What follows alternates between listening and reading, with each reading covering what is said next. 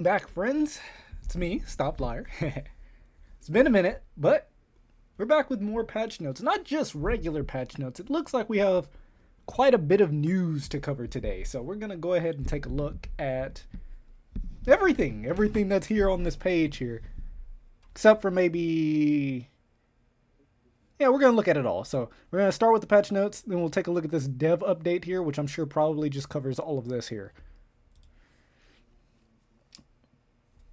Yep, we're going to get into it nice and quick this time around.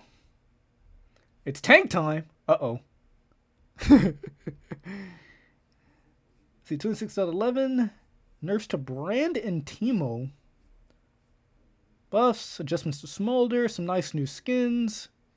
I'm actually kind of hyped for the Pizza Scion. I felt like it's a pretty cute skin. Alright, maybe Scion and cute don't belong in the same sentence, but whatever.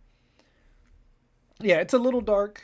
I apologize for that. It is a little dark. It's actually kind of gloomy outside, so my natural light's not looking very good, and I don't want to plug in a lamp. So, all right. Happy Pride, everybody. We have 2 new emotes that you can claim for 1 blue essence each when the patch goes live. Returning icons. Right. So, if you want to celebrate Pride Month, there's your chance. I think everyone's favorite little ship for Pride Month is Vi and Caitlyn.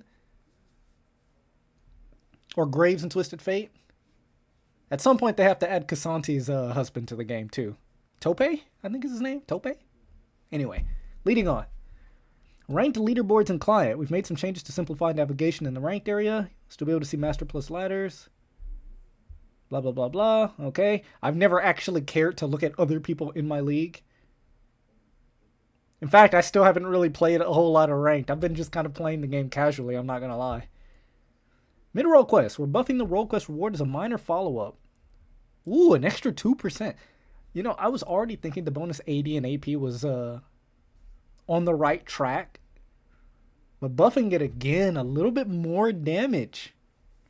You know, at some point, they're going to buff this too much, and then, like, Fizz is going to become meta again, and he's just going to be one-shotting everything. Support adjustments. First off, we have a straight buff to grubs. So damage per tick per grub, 3, 9, 12, 1.5 to 6 is now 4 to 16 to 8.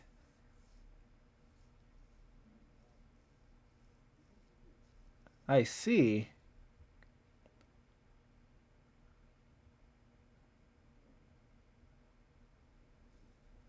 Yeah. Okay. So yeah, your grubs were going to do a little bit more damage. It's not bad. The numbers seem small, but you have to understand just how much they're hitting. Summoned Void Might HP, 60% of melee, 100% of melee minion. Wow. So that's the cute little mites that the grubs spawn. They now have the full HP of a melee minion. Okay. Make grubs a little harder to take. I guess that'll make it a little more difficult overall for one side to just kind of sneak the grubs. And like they said, they kind of want supports to roam to it more often, so top side becomes a little bit more valuable in that way. Summon Airy. Summon Airy's early game defensive outputs is being tapped down a bit so lane traders can stick onto Enchanter duos a bit better. So the shielding on Summon Airy is getting nerfed here. 3100 plus 10% plus 5%. It's now 20 to 100, so minus 10 at level 1. Yeah, that's just it. Minus 10 at level 1. So it starts a little lower and then equalizes out. I mean, it makes sense to me. Really, only enchanters take this nonsense anyway. Some of the more pokey supports would prefer Comet, right? So you don't feel too bad about them losing it. Yeah, and then your damage over time supports have actually also using Deathfire. So this is really just a hit to enchanters specifically. You know, your Lulus, your Jannas. Which is too easy anyway, so yeah. Aftershock. Buffing Aftershock's early game output. Oh. So 35 to 80% is now 45 to 75% bonus. Yeah. So this does kind of eventually become a nerf. But the base stats are higher. So like they said, this is a buff to early game. You know, a lot of your aggressive supports that take Aftershock, You know, you're on a support salary, so you don't have a whole lot of gold anyway. Right? So by the time this 5% matters, it still kind of doesn't matter because you're a support. So I can kind of see the thought process. Because the last thing you want is for hard tanks that aren't support to take too much advantage of this. Okay. I had another light on and then it flashed the room blue. So that looked weird. Hang on. Let me actually plug in this light. I wasn't going to, but it's a little too dark.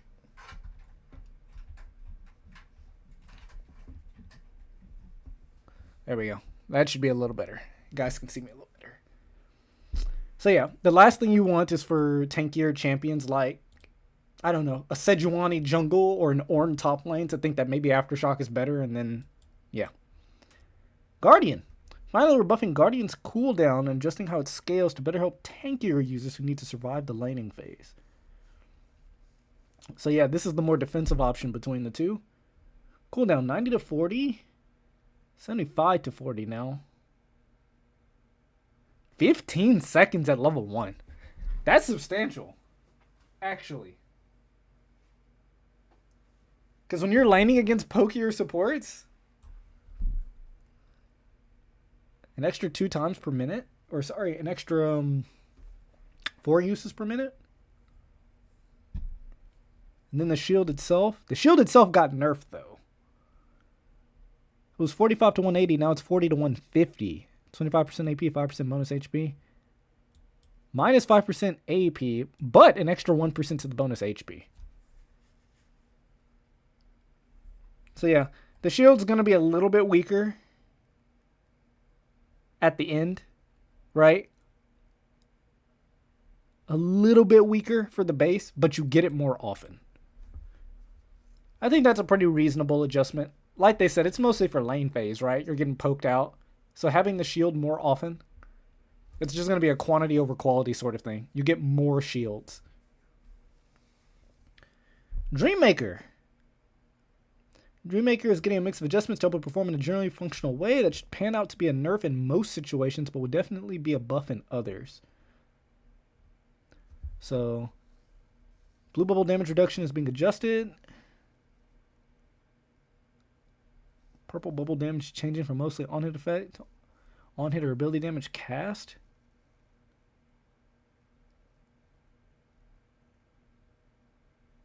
Wow, so this is kind of a difficult one. 75 to 255 is now 50 to 194. So the damage reduction from the blue bubble is lower. Much lower now that I think about it, minus 60. Pretty big deal. Minus 61, in fact.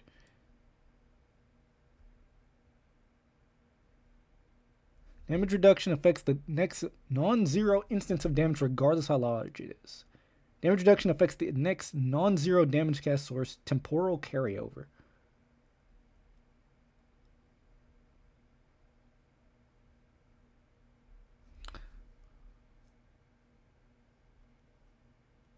Oh, okay. So instead of the singular instance, it's the whole cast. That's what they're saying here. Affecting the first cast source, the entire damage over time until it runs out of flat damage reduction. Okay. So I can see how that could be a buff in some cases. Purple bubble damage. 50 to 7 through 170 is now 40 through 160. So minus 10 for the purple bubble damage. Damage triggers on hit on certain abilities. Damage triggers on next damaging attack or ability reduced for AoE effects. So, well, changing from an on hit to on hit or on ability would apply to the entire ability. Wow. So this is a lot actually, because this is going to apply so differently to a number of different champions based on their kit.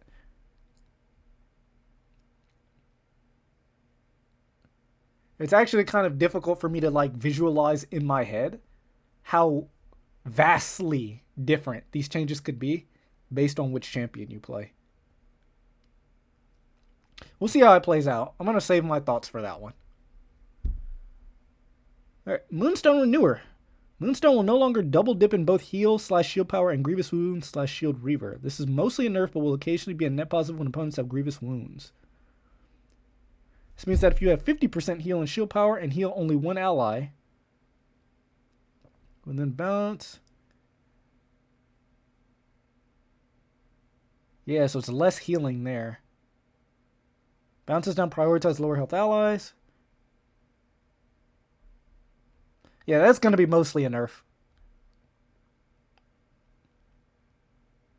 Since you can't get the added value anymore. It's basically just a nerf. But I guess if your opponent does have grievous wounds, it's not as bad. Which everyone buys grievous wounds eventually, right? Like if you're fighting against an enchanter, everyone's going to buy the anti-shield, anti-healed eventually. Maybe not the anti-shield. I feel like Serpent's Fang is one of the least built items ever, but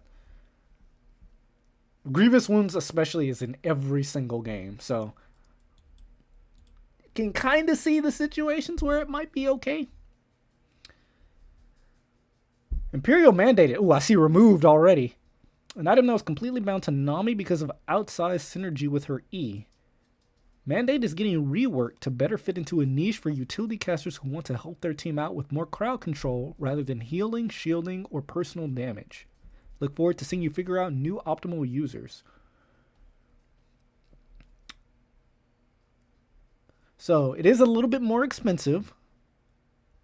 An extra 150 gold. It gives 5 more ability power, 5 less ability haste, an extra 25% mana regen. Coordinated fire has been removed. Oh, wow. That was like the main reason to buy it, right? But like they said, it was like really good on some champions, but not great on others. And instead, it's been replaced with gain 15 ability haste for your abilities with immobilizing effects. On immobilizing an enemy champion, mark them as 6% vulnerable for 4 seconds. And the vulnerable enemies take more damage. Right. So now it's not necessarily a I hit them, you hit them bonus damage, right?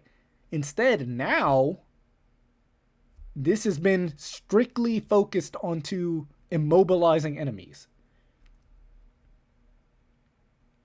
That's very interesting because immobilization effects are normally more prevalent on your tankier supports, right? But since this isn't a tanky item, this is an AP ability haste mana regen item, it makes things a little awkward now. Because you don't, even your champs that have the best immobilization don't want to build an item that doesn't give them tanky stats, right? Like Nautilus doesn't want to build this, Leona doesn't want to build this. Very interesting. It is still very much a enchanter / caster item.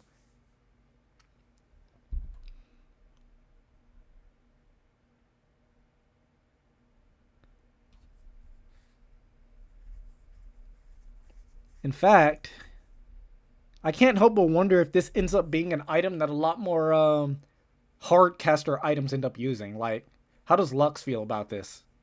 So she can spam her Q a little more. You know? And does her E count as an immobilize since there's a slow attached to it? Yeah, we're going to have to see. That's why they added this. They look forward to seeing new optimal users because there's going to have to be some experimentation here to see really who's winning off of the back of this change. It is nice to see, though, because this item was not built very often, so I think I saw maybe Renata built this item, and like they said, Nami. Echoes of Helia, a straightforward nerf for enchanters. You love to see it. Minus 5% on its damage stored effect. Cool. Locket of the Iron Solari, a straightforward buff for tanks. You love to see it. 5 extra armor and magic resist on Locket. I mean, Locket's like the most built tank support item, right? So you're going to feel that. Knight's Vow. Look, I love Knight's Vow. I feel like when I play with my friends, I'm always a Knight's Vow salesman. I'm saying you should always build Knight's Vow. I feel. I build Knight's Vow even when I'm playing like a tank in the top lane, right? Like I'm Ornn, I'm building a Knight's Vow. Like I'm Ornn and I have like a Smolder, I'm building a Knight's Vow. I have to. So it redirects a little bit more damage and heals a little more. So a nice buff to Knight's Vow. It's my favorite support item personally. Zeke's Convergence. Zeke's is getting a quality of life improvement for any users who might be casting their ultimate from long range, such as Leona or Nautilus. Frostfire Tempest triggers on ult cast, readies on ult cast, triggering the moment image gets within range. Oh, that is a huge one actually. Because like they say, champs like Leona and Nautilus, they're tank champions. They love Frostfire Tempest. They love that effect. But Leona can ult you from really far away, right? To stun you up so she can then get onto you. So it sucks to like use the ult and then it's active and then you lose a second of it while you're getting in a range to actually utilize the effect properly. So yeah, that's a nice little quality of life improvement. Champs with an ult that's a little further out can use it more effectively now. Alright, finally we're at champions. First is a nerf to Brand. Brand has been towing the line in bot for a while now, and this patch is well and truly crossed over, so we're targeting that lane with a nerf to his base armor. So -3 armor for the Brand to hopefully make it easier for AD laners to trade with him and potentially kill him. I know my bot laners are going to be pretty happy about this. I know that my ADC players feel the same way about Mage's bot that most of us top laners feel about range top. So you love to see changes like this. The problem though is that a lot of mages go bot lane just because mid lane's too difficult. Right? Like you don't see Karthus mid anymore. I think I'm the only person that still plays Karthus mid. It's because he's just squishy. He just dies, right? You match into literally anything and you just die. So he got popular bot lane because you can at least, play the game without threatening to just get one shot. But we'll see. Diana. Diana's feeling a bit underwhelming in the jungle after her previous adjustments due to Dusk and Dawn changes. Giving her a little more moon power to return to her former glory. Yeah, this champ disappeared after the Dusk and Dawn changes. I haven't seen her at all. I used to see her almost every game, but an extra 40% monster damage. Jesus. Diana Jungle's back. 40%? And an extra 2% on her shield? Holy crap. I feel like that's substantial for Diana Jungle. A 40% buff to damage and a little more tank? Lord. Now that the dust is settled, Dusk and Dawn reshape, we've uncovered that Echo has room for a compensation buff. Does he? I always get worried about buffing Echo because this champ has a get out of jail free card. So he can be so difficult to punish. Per enemy cooldown for his passive 4 seconds. Okay.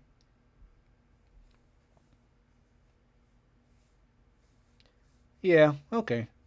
That's fine. He's an assassin, so getting the opportunity to trade a little bit more consistently, okay. That's not as bad as I thought. I thought he was about to get changed like this, so that, Echo Jungle would come right back. Heimerdinger. With the ranged minion aggro pool removed last patch, Heimerdinger mains ended up with some degraded functionality around how turret ranges interact with minion ranges. In the sense that ranged minions outrange Heimer's turrets, and he had no way to pull them into their range. This makes for a pretty miserable experience where you just watch as your turrets tank minion autos without attacking back. Wow. No, Heimerdinger is one of the least played champs that I see, personally. I feel like this champ has a really low play rate, so I actually didn't see that. But now that you explain it, it does sound pretty terrible overall. So, turret attack range has been increased by 20 units. Vision range increased by 80 units. Turrets now gain 50 additional range against minions if nothing else is in range. So they have 600 attack range as long as they're not shooting a champion. Wow.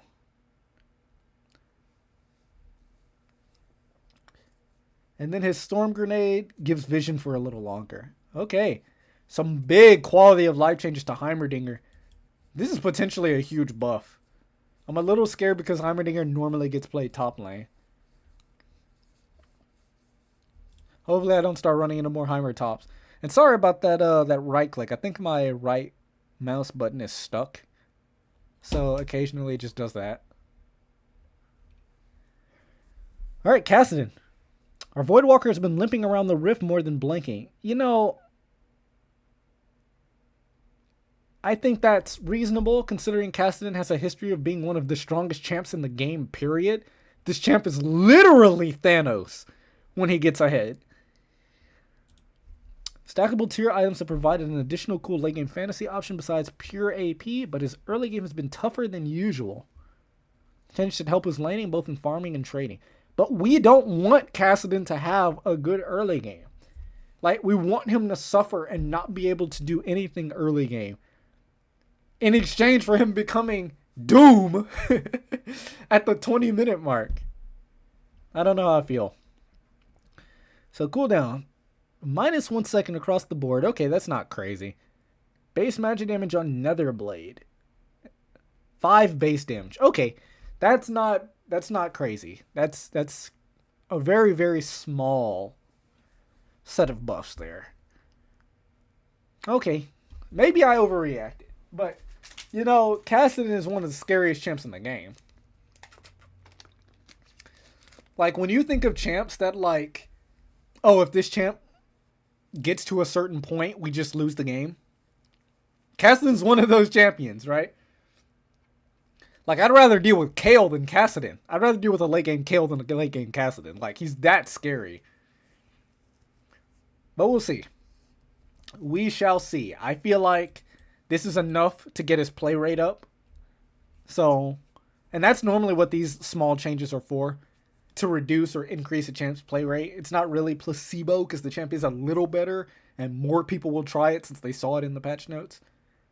So his play rate will go up and we will see where that lands. Quinn Jungle has been pretty popular and fun even in a weak state. We know a lot of you will pick up more trips and mastery over time, so for now we're just make sure clear speed is more competitive. So even more monster damage for the Quinn Jungle. Holy crap. An extra 25 on her passive, an extra 50% on her Q. Oh man. We're about to see Quinn Jungle every game. Because I was seeing it every other game, even though it didn't seem that great. So if it actually becomes good, it's going to be a pick-a-ban. Smolder. Now, Smolder has been the strongest ADC, I'm sure. So hopefully this is just a bunch of nerfs. Absolutely blessing his opponent since getting his hands on Deathfire Touch. We've had to do an unfortunate number of micro-patch nerfs back-to-back, and we are hopeful this will be the last one we need to do. Included in these changes are a continuation of the latest nerfs push towards bringing him back in a primarily critical strike builds rather than just Essence Reaver and a Bruiser.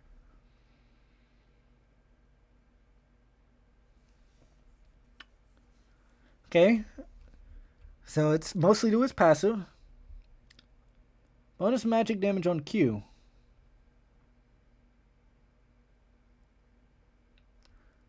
1% crit chance.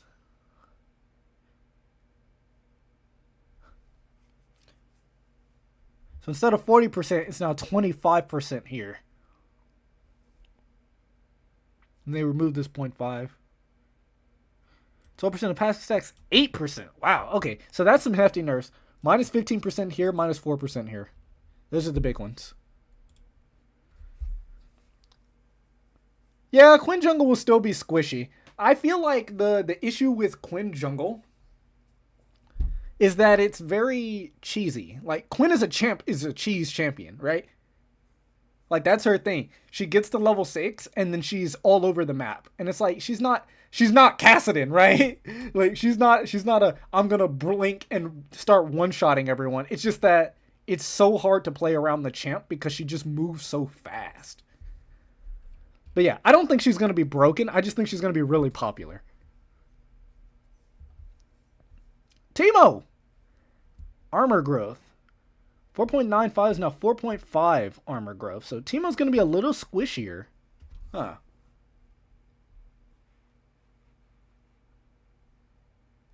Yeah, yeah. Her play rate's going up. It is. It's 100% going up. Toxic Shot. On hit, poison per tick. Plus 10% bonus AD, 20% bonus AD. It's now 5%. Wow, AD Teemo got nerfed and he has less armor. Okay, it'll be a little easier to kill the rat, especially top lane against a lot of AD champs.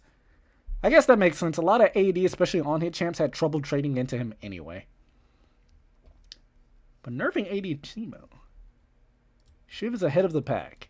Oh, okay. So, was Static Shiv the problem? We'll see. While AP Xin Zhao builds are not OP per se, the sheer amount of healing has been an eye-popping and an extremely expectation-breaking way. Hasn't that always been the problem with AP Xin Zhao, though? It's just the sheer amount this champ can heal for. Especially with an item like Dusk and Dawn, which lets him get it every 2 hits instead of every 3. I feel like the healing has always been the problem. It was part of why I got scared when they added built-in healing to Dusk and Dawn. So his passive, bonus damage 15 to 60. It's now 15 to 60 still. So what did you change? 60% bonus AD. Oh, they changed the AP here.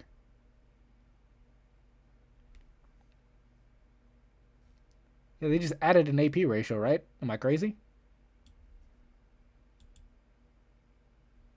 Yeah, they added an AP ratio. Interesting. Heal amount, 3 to 5 max. Alright, so they nerfed the healing from AP, but they gave him bonus damage on his passive. So that's a cute little compensation. They don't want to kill AP Xin Zhao, but they want to make it actually able to do some damage rather than just being a heal bot. Understandable. And that's it for champs. Now we're on to items. Experimental Hexblade. We like a world where Hexblade is satisfying across a spread of archetypes and serves as a springboard to dive into interesting itemization trade-offs. However, right now the item makes League less approachable for top lanes by letting Vayne and Varus maintain a large portion of their damage. Thank you for addressing this! Jesus, man. On ulting 50% bonus attack speed and movement speed. Okay, it's weaker for range champs. Thank God for this. Man, it is so painful playing against champs like Vayne and Varus who can build tank items and still just murder you. Like, this isn't a tank item, but it's an HP item. So Vayne gets harder to kill, and she's still doing percent HP true damage. And then Varus, percent HP magic damage. A huge amount of percent HP magic damage, actually. So the fact that these champs can build, what, 2 items? And just win every matchup? That's a nice change. I like that. It's still a pretty niche item overall, but I'm glad they nerfed it for range. Heartsteel. Damage to permanent health conversion rate. A little higher for my Heartsteel enjoyers, of which I am one of them. Heartsteel's a little bit more effective now. Was it really just Mundo? I don't know. I'm a Heartsteel Cho'Gath enjoyer and a Heartsteel Scion enjoyer. I love my infinite HP.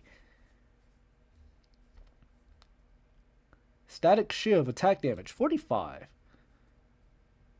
So a cute little buff to Static Shiv. Alright, we'll see how that goes. Then we got some changes to Era Mayhem. We have another thing to look at regarding Era Mayhem. So, there we go. Not bad. Not bad at all. Now, let's go ahead and take a look at Medler and Pabro, since they obviously will have something to say physically. Hey everyone, I'm Paul, also known as Pabro. And I'm Andre, also known as Medler. Today is May 4th. May the 4th be with you, if you observe. I observe. Alright, anyway, we're here to talk about Season 2, Act 2.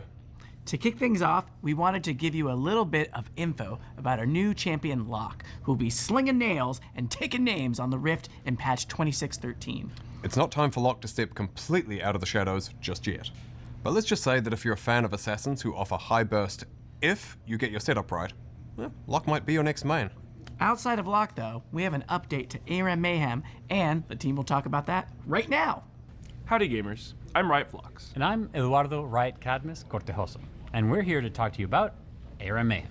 To start, we just wanted to let you know that it's been such a fun ride working on Mayhem since its launch in October. You've all been playing a ton, and we've had a lot of fun watching your highlights, like being the tiniest little Twitch and living your ultimate rat life. We're also working on some planned updates for 2026 right now, and have just started talking about what 2027 could look like as well. Speaking of which, let's talk about Mayhem moving forward. First up, we're removing the trait system. Our intention was to give you more ways to strategize when picking augments. Plus, it could provide some wacky alternative playstyles you'd never think of, like Really fun to play around. So while we're scrapping traits, their effects will continue to live on in the form of new augments. So don't worry, you'll still get to go wee woo or abilities, and can manifest very different. Aside of removing traits, we've also ability augments. These ability augments will help enhance champ abilities, and can manifest very differently depending on which champion takes them. One example is multi-shot, which splits projectiles, shooting them in different directions. So if you take this on Blitzcrank, you might grab over half the team in one. That's cool. Or if you take it on Vel'Koz, you can fire 3 plasma fissions, with each splitting into 2, so you can do some next level geometry and proc your full passive in one ability with the proper triangulation. Our goal for Mayhem is to keep the fun, fast-paced experimentation while adding a healthy amount of variety with each update. We'll be doing these thematic updates with augment drops, balance. In other ARAM-related news, we're going to try something out in a couple of regions for a few patches. It's a thing you can buy for 1350 RP called ARAM Wardrobe. It lasts for 30 days and lets you use most epic tier and below skins, released before 2026, in ARAM and ARAM Mayhem. We'll be testing in Oceania and Brazil, so let us know what you think, whether you get the chance to try it out or if you just have questions and thoughts. Okay, speaking of skins, you know what Season 2 really needs, Andre? I'm sure I have no idea what you're going to suggest, Paul. Demons at the beach. Hue, Brand, and Prestige LeBlanc Oh my. Oh my. will be coming out in the Sinful Shores skin line in patch 26.12. And after that, we'll have High Noon skins for Akshan and Locke, as well as Broken Covenant skins for Aurora, Shen, and Jin, who will be our MSI RevShare skin. Then in July, we'll have the 2025 World's Winners skins, and our Victoria skin for Season 2 will be everyone's favorite knife cat, Rengar. This looks nice. Got the little tusk and everything. I like it. Nice little skin for Rengar there. All right, shifting gears a bit, we want to talk about a new, old, experimental rank queue that we're trying out. Ranked 5s will be running at set times on weekends from June 26th to September 6th. We know that for a lot of you, playing as a full 5-stack is how you most love to play League, and we want to explore more ways. Although you'll need a full group to queue, you won't always have to use the same group every time, so you're free to play around which of your friends are online, rather than ranks, so you'll be able to queue with any of your friends. Now, you might be wondering, why just set times on weekends? To get a really good Ranked 5s experience, we need to match equal skill teams together. When we previously had Ranked 5s as a queue that was on all the time, we didn't consistently have teams of similar skill queuing up at the same time. I mean, yeah. So Flex Q's coming back. Or I guess it's not Flex Q. It looks like you might need to have 5. But whatever, not interested. I mean, it was kind of funny because when I played it, we had like a bronze on our team and then we were playing against a master. So you're not going to have equal skill level ever. Be sure to check it out. Next, we want to talk a little bit about some additional improvements we're making around game. We've been doing work over the past few months on penalties for disruptive and harmful communication, and starting this act, you'll be able to directly report abusive communications in your DMs. We're also working on a new system that will make it easier to track what honor-related systems you do and don't have access to, like honor rewards for the Battle Pass. Well, that's nice because someone called me a slur the last time I accepted a friend request, so that'll be helpful. Before we go, we wanted to talk a little bit about MSI. MSI will take Alright, and then Pro Play. Alright, cool. Thank you, Pabro and Metler. And yeah, they mentioned this stuff in the dev update, so yeah, I think that's it. So, overall, interesting patch. Lots of big numbers, actually. Didn't really expect it. Lots of changes to systems and items. I'm pretty satisfied with that, honestly. So, yeah, I'm going to call it here. thanks to those of you who tuned in. I gotta go get some stuff done, hopefully before it pours down. So thanks for tuning in. Coalira, thanks for coming through. I see you were brand new. We had a good little talk about Quinn, so glad to see you. And I hope to see the rest of y'all real soon. This will be up on YouTube, by the way. So, peace.